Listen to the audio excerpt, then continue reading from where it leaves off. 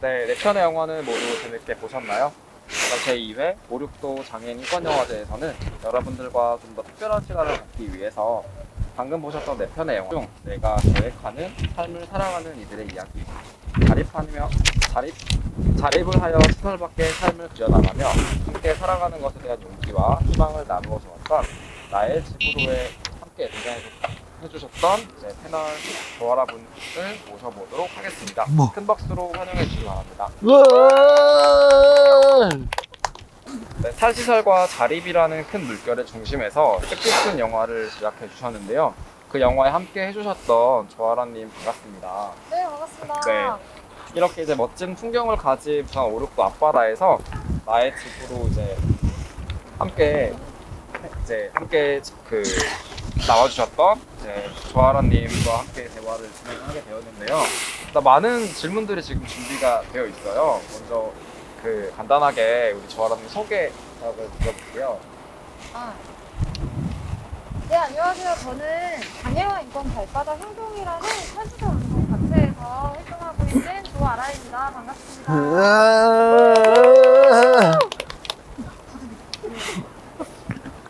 네, 그럼 일단 이 영상을 보셨잖아요. 네. 네, 보시면서 혹시 인상 깊었던 장면과 이유는 혹시 어떤 것이 있는지 있을까요? 있죠. 네, 저는 아무래도 김현수님 이삿짐을 싸러 제가 그 집에 갔을 때 그 장면이 저는 가장 기억에 남아요. 왜냐하면 그 현수님 이삿짐을 싸면서 그동안 갖고 있던 물건들을 하나씩 다 봤잖아요. 거기서 있던 물건 중에 이제 부양의무자 기준, 그러니까 시설 거주인이 탈시설할 때 가족이 어떻게 지지 체계로 작동할 수 있을까 그런 주제의 토론회였는데 그거를 꼭 간직하고 있는 장면이 기억에 남더라고요. 사실 10년 전에도 나올 수 있었지만 부양의무자 기준에 걸려서 여러 가지 문제가 있을까봐 탈시설을 망설이기도 했고 근데 그거를 계속 마음에 품었다라는 거잖아요. 그 장면이 기억에 또 남고요. 하나 더 얘기해도 돼요? 네. 네, 하나는 그 식당에서 다 같이 밥을 먹는 장면인데 그게 사실 코로나 때문에 계속 처음 집들이가 미뤄지고 또 미뤄지고 하다가 초대를 해주신 거예요. 그래서 같이 식사하는 자리에 그 당사자분들하고 그 당사자분들과 같이 인연이 있던 분들도 초대를 하고 그리고 자기 동료들도 이제 초대를 했잖아요. 그래서 그때 이제 왁자지껄하게 떠들고 뭐 당사자분들이 이제 서로 이야기 나누면서 뭐 술잔도 기울이고 했던 그 장면이 되게 마음에 좋게 남아 있는 것 같아요. 이 두 가지가 됐습니다. 네, 그럼 저희 이제 세 번째 질문으로 넘어가 볼 텐데요. 장애인 당사자분들이 탈시설하는 과정을 보여주고 있는데 영화가에서 이제 영상 앞부분에 당사자 나레이션 부분을 보면은 보호자의 동의에 대한 이야기가 나오고 있어요. 근데 이분들은 성인이신데 과연 어떤 부분에서 보호자의 동의가 필요한 건지 좀 더 설명이 좀 해주시면 좋을 것 같아요. 네, 사실은 당사자가 나는 이 시설 밖에서 나가서 나의 삶을 꾸리고 싶다라고 이제 의사를 명확하게 표현하시면은 당연히 나올 수 있어요. 당연히 나올 수 있는데 이제 그 과정까지의 여러 문제가 있습니다. 우선은 시설에서는 당사자가 나가고 싶다라고 의사 표현을 하시면은 그 분이 보호자가 있을 경우에는 전화를 이제 보통 하시더라고요. 그래서 이분의 상황에 대한 전달을 하고 이분이 나가서 사셔도 되겠냐라는 질문들을 보통 보호자분들에게 하시고 근데 그 보호자분들이 반대하셔도 당사자들이 이제 의사가 뚜렷하게 이제 표현을 하신다면 당연히 뭐 보호자하고도 싸우고 이제 그 시설하고도 싸우고 나가서 이제 사실 수 있는데 근데 한번 생각해 보면 그렇잖아요. 보통 시설에서 사시는 분들의 평균 입소 기간이 언제가 가장 많을까요? 제가 선택지를 드릴게요. 5년, 10년, 20년 이상 이 세 가지 구간에서 어느 게 제일 많을까요? 20년 이상? 네, 20년 이상이 두 번째로 많고요. 가장 많은 게 10년 이상이거든요. 그러니까 되게 장기 입소를 하신 거잖아요. 근데 그 장기간 동안 시설에서 있는다라고 한다는 건 자신의 사회적 관계가 단절되고 거기에 가족 관계도 포함이 되고 그리고 뭐 여러 가지 자원을 사실은 사회에 있는 것들을 활용할 수 없는 상황이잖아요. 근데 그 상황에서 자기가 나간다라고 했을 때 유일한 사회적 자원이 가족일 수 있잖아요. 근데 그 가족이 나의 탈시설에 대해서 지지적이지 않아. 오히려 반대해. 라고 한다면은 그 반대를 무릅쓰고 당사자들이 나는 계속 나갈 거야 라고 한다는 그 의지를 표현하는 것 자체가 되게 힘든 거죠. 그리고 일단 그 첫 번째 문제, 지지체계의 문제가 있고, 두 번째는 이제 가족분들은 그럼 왜 반대를 할까요? 당사자들이 나오는 거에 대해서. 아무래도 이제 조금 더 이제 지원해줘야 될 게 좀 많지 않을까? 약간 좀 불편해서 그런 거지 않을까 생각을 해요. 맞아요. 그 가족분들이 자신의 장애 가족을 시설로 보낼 때에는 사실은 경제적 부담도 있을 수 있고, 이제 그분의 일상생활 지원을 더 이상 가족이 감당하기 힘들었기 때문에 이제 보냈을 텐데요. 그 감당을 다시 가족이 해야 되느냐라는 그 되게 막연한 공포감이 사실 가족들한테 있는 거죠. 그래서 왜 이분이 자기를 마음먹게 됐는지까지도 사실은 생각을 할 여유가 너무 없으시고, 그러다 보니까 무조건 반대에 이제 부딪히게 되고, 또 하나는 수급에 대한 문제가 있습니다. 우리나라는 아직 부양의무자 기준이 완전히 폐지되지 않았잖아요. 그래서 이 장애 당사자에 대한 부양 의무가 다시 가족에게 올까봐 하는 그런 부담들이 있기 때문에 가족들이 반대하는 경우가 있는데, 맨 앞에서 말씀드렸듯이 어쨌든 당사자가 나 나가고 싶다라고 한다면은 그 당사자분은 당연히 나오실 수 있습니다. 근데 최근에 발달 장애가 있으신 분들 혹은 자신의 의사를 좀 표현하기 어려우신 분들 같은 경우에는 이 사람의 그런 앞으로의 삶에 대해서 누가 어떻게 보장할 수 있느냐라고 할 때 보호자의 의견을 좀 확인하고 있긴 하고요. 그래서 거기서 이제 보호자 반대에 부딪힐 때는 지금 약간 법적으로는 뭔가 해결할 방법이 없는 좀 상황이기도 합니다. 네, 다음으로는 저희 소장님도 좀 궁금하신 게 있으실 텐데, 소장님도 준비해 오신 질문이 네. 제가 영화를 보면서 영화에서 보면 그분들이 자립을 해서 사는 집이 있잖아요. 그 집을 자립주택이라고 하던데 그 제도가 뭔지 좀 궁금하고요. 그리고 지금 그 자립주택의 현황은 어떠한지 좀 궁금하네요. 네, 알겠습니다. 우선은 요 주택에 대한 정확한 명칭은 지원주택이 맞고요. 기존에 탈시설 장애인의 주거 대안으로는 자립생활 주택 또는 다른 지역에서는 체험홈, 자립생활 가정이라고 불리던 게 있었는데, 이 자립생활 주택이라고 통칭하겠습니다. 이 주택은 중간 주택이라고 저희가 보통 말을 하죠. 그래서 평균 여기에 입주할 수 있는 기간이 뭐 최소 2년부터 뭐 최대는 7년까지 사실 수 있는데, 문제는 이 최대의 기간을 살고 나서는 다시 새롭게 집을 구해야 한다는 것인데요. 이제 우리 소장님도 집 구하기 되게 힘드시죠? 어렵죠. 그렇죠. 그래서 장애인들이 접근할 수 있는 주거 자체가 굉장히 적고, 그다음에 접근할 수 있는 주택은 너무 비싸고, 그리고 이 자립생활 주택에서 여러 가지 생활을 하고 경험을 하면서 자원과 그 관계를 만들어 놨는데, 다시 그 완전 자립할 때는 그 동네에서 다시 새롭게 시작을 해야 되는 부분들이 좀 어려움으로 꼽혔었고, 그래서 그거에 대한 대안으로 좀 제시되고 있던 게 지원주택입니다. 그래서 지원주택은 그냥 집만 주는 게 아니라 집에 주거 서비스를 같이 주는 거고요.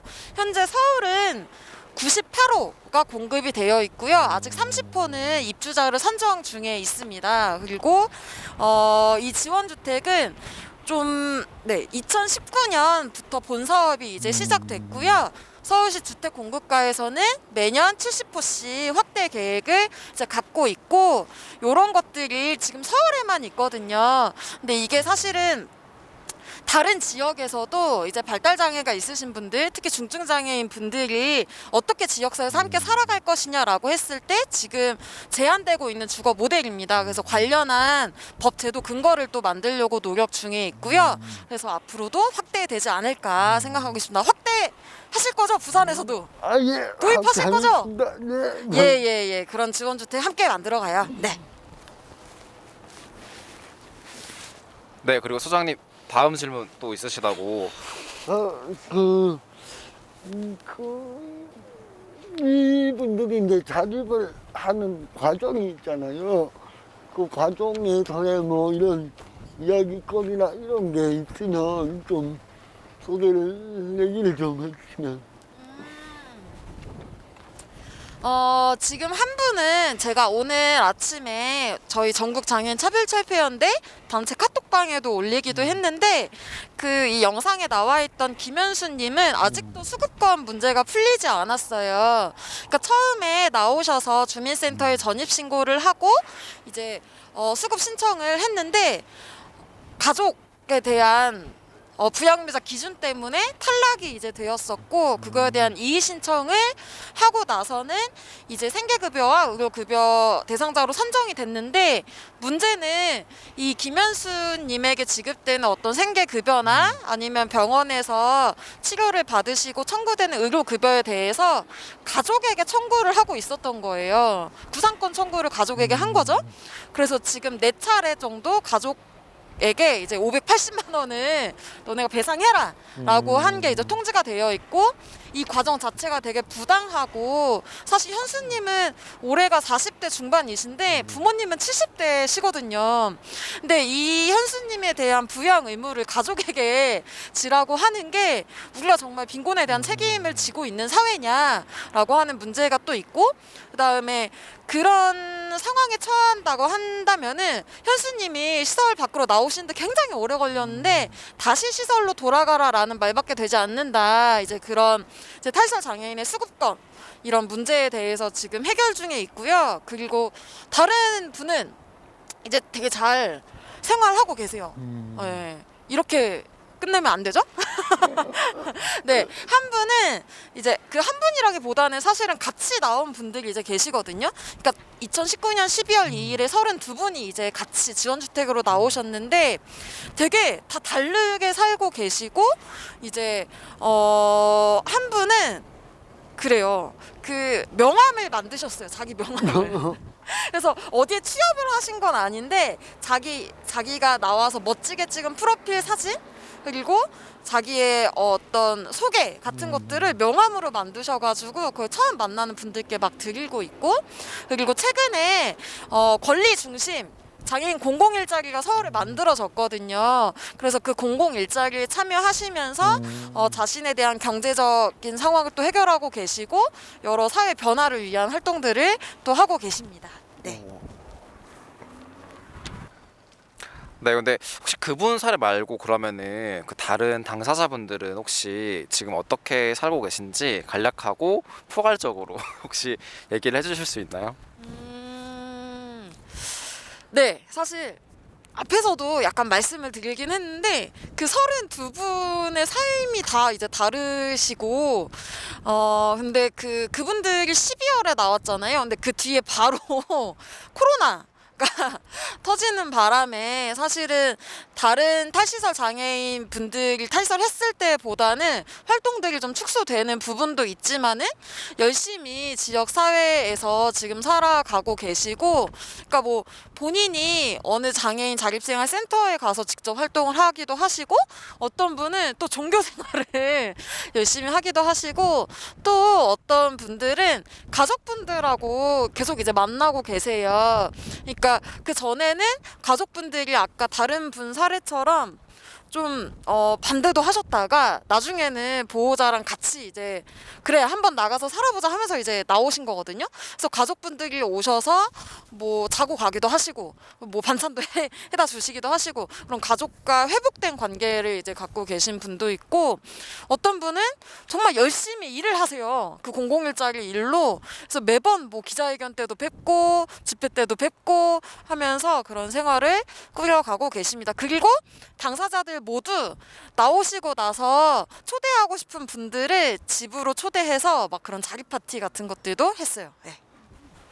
네, 이어서 제가 질문을 드리면 그 영상 초반에 이렇게 나오시기도 하셨잖아요. 네. 근데 혹시 같이 촬영하면서 혹시 동행을 하셨을 텐데 혹시 이제 함께 이제 촬영하면서 있었던 어떤 에피소드, 기억나는 에피소드가 있으시면 어떤 게 있는지 좀 말씀을 좀 해주세요. 기억나는 에피소드는 아무래도 그 당사자분들하고 같이 쇼핑을 가는 장면이 있어요. 그래서 거기에 갔던 게 이제 이케아였는데 그분들이 사시는 곳에서 그 이케아가 굉장히 멀어요. 근데 이제 어찌 됐든 시설에서 그 차량으로 이동 지원을 해주셔가지고 그 이케아까지는 오셨는데 갈 데가 문제였던 거예요. 근데 이제 그분들이 위치한 시설은 경기 김포시이고 그리고 여기는 경기 고양시인데 여기 부산은 또 어떤지 모르겠는데 다들 콜택시를 다른 지역 걸 이용하려면은 사전에 먼저 신청해놔야 되잖아요. 근데 그거 안 해놨던 거예요. 그래서 이케아를 막 구경하고 뭐 여기 뭐 침대에도 누워봤다가 뭐 음식도 먹고 뭘 났으면 좋겠다 이런 물건들을 보다가 이제 집에 가야 되는데 그 지역에 저상버스를 탔어요. 근데 그때가 퇴근 시간이었던 거예요. 그래서 사람들이 너무 많아요. 근데 그 기사분이 되게 우리를 그러니까 휠체어 이용자 2명 그리고 뭐 비장애인 3명 이렇게 갔는데 왜 꼭 지금 타야 되냐?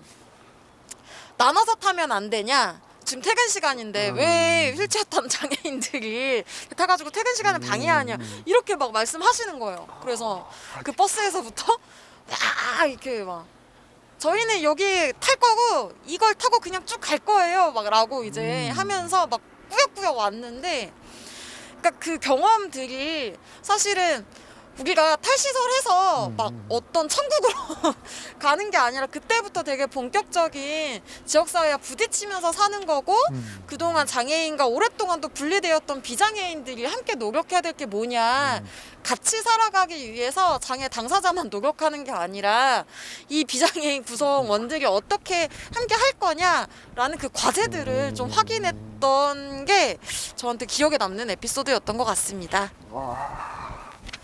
네, 아직 이 사회는 갈 길이 너무 먼데 일단 말씀해 주셨던 거에 좀 더 이어서 그럼 혹시 전반적인 탈시설 정책의 과제, 아까 과제 얘기해 주셨는데 그 과제도 혹시 함께 이야기를 해주시면 좋을 것 같아요.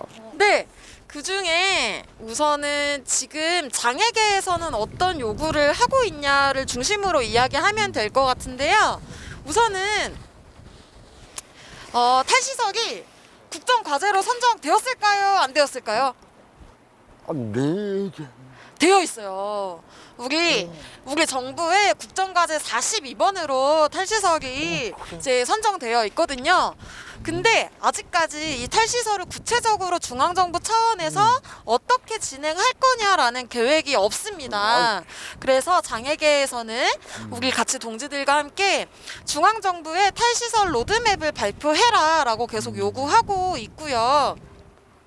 그다음에 이 로드맵에 대해서는 구체적으로 몇 명의 장애인이 얼마 동안의 기간 동안 나올 것이냐라는 목표를 명확하게 하고 또 이분들이 나오기 위해서는 뭐가 필요할까요? 아까 말했던 주택도 필요하고 그쵸? 또 생활 자금도 필요할 것이고 그렇죠. 예산이 필요하죠. 맞죠. 그래서 이 로드맵을 구체적으로 이행할 수 있는 예산을 책정해라 라고 하는 이제 싸움을 하고 있고요. 한편으로는 지금 부산에서 사실 탈시설 지원을 할 때 어려운 부분이 탈시설이 법적 근거가 없는 거잖아요. 맞아요. 네, 그래서 지금 요구하고 있는 거는 장애인 탈시설 지원법 제정을 이제 더불어민주당 최혜영 의원실과 정의당 장혜영 의원실과 같이 좀 제정하고자 그 걸음을 가고 있고요.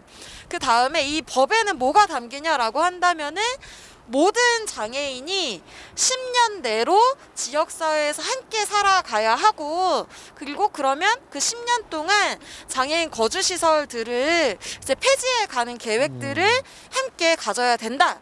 라는 것들을 법에 담아야 우리 사회가 좀 더 빠르게 변화할 수 있다. 그리고 차근차근 준비할 수 있다.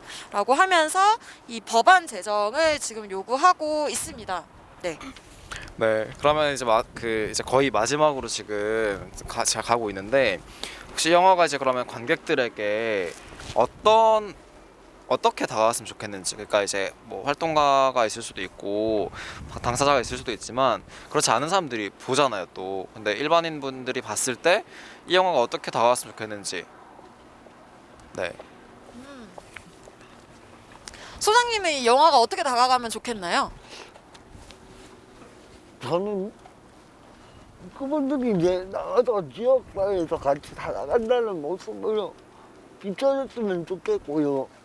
그리고 그분들이 살아갈 때 뭐 어떤 장벽이나 이런 게 없이 살아갈 수도 있다. 라는 걸 지역사회가 느껴야 된다. 나는 이제 이 영화를 보면서 이제 비장애인들도 볼 거잖아요. 그렇게 했을 때 지역사회가 이들을 어떻게 안을 수 있을까? 라는 고민을 좀 했으면 좋지 않을까?